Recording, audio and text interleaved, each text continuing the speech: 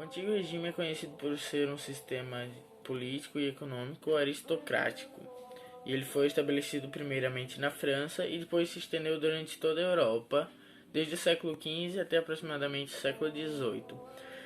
Esse poder é principalmente um regime centralizado e absolutista, e o poder absoluto ficava com o rei.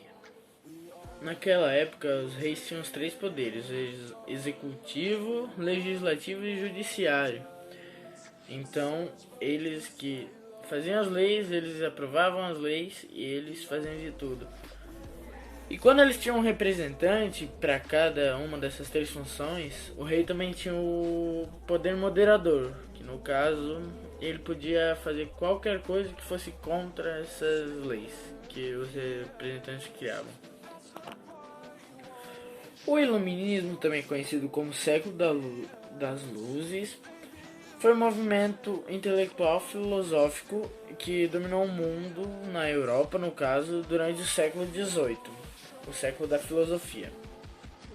O Iluminismo tinha ideias filosóficas centradas na razão, e a intenção deles era implantar na cabeça das pessoas que o atual regime, no caso o antigo regime totalitário dos reis, coisas, não eram certo. Então a ideia deles era implantar na cabeça das pessoas novas ideias sobre a vida, sobre razão e coisa.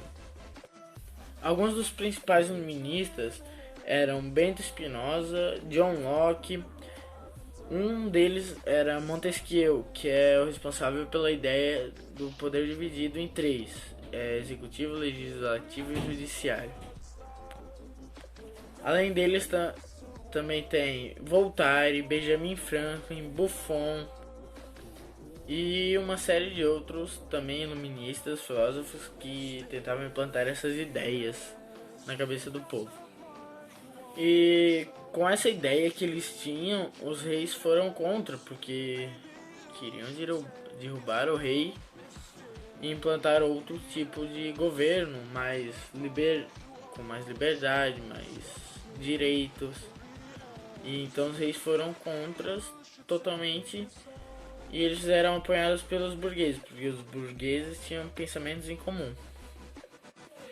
Então era isso, espero que deu para entender um pouco sobre o que era aquela época do antigo regime, sobre os reis e o que foram também as ideias iluministas. Obrigado.